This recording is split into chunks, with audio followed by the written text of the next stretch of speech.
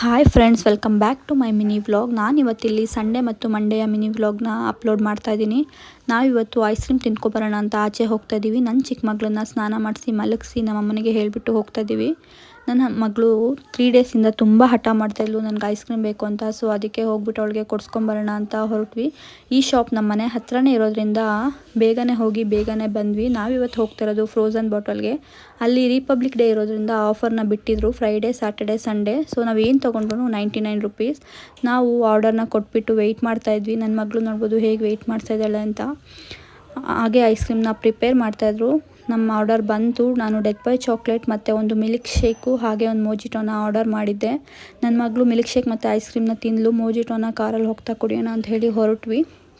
ಹಾಗೆ ಹೋದ್ವಿ ಮನೆಗೆ. ಮತ್ತು ನಾವು ಬಟ್ಟೆನ ಪ್ಯಾಕ್ ಮಾಡೋಕ್ಕೆ ಸ್ಟಾರ್ಟ್ ಮಾಡಿದೆ.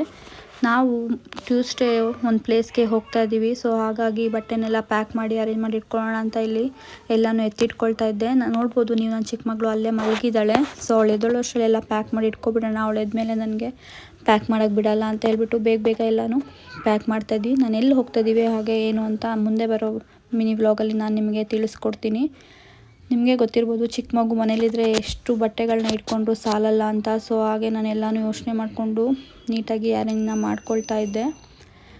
ಹಾಗೆ ನನ್ನ ಪಾಪು ಸಿರಪ್ಪು ಮತ್ತು ಡೈಪರು ಎಲ್ಲನೂ ನೀಟಾಗಿ ಎತ್ತಿಟ್ಕೊಳ್ತಾ ಇದ್ದೆ. ನಾನು ಡೈಪರ್ ಬ್ಯಾಗಲ್ಲಿ ಯಾವಾಗಲೂ 2 ಪೇರ್ ಆಫ್ ಕ್ಲಾತ್ನ ಇಟ್ಕೊಂಡಿರ್ತೀನಿ. ಸೊ ಅವಳು ಏನಾದ್ರು ಗಲೀಜು ಮಾಡಿಕೊಂಡ್ರೆ ಇಮಿಡಿಯೇಟಾಗಿ ಚೇಂಜ್ ಮಾಡ್ಬೋದು ಅಂತ.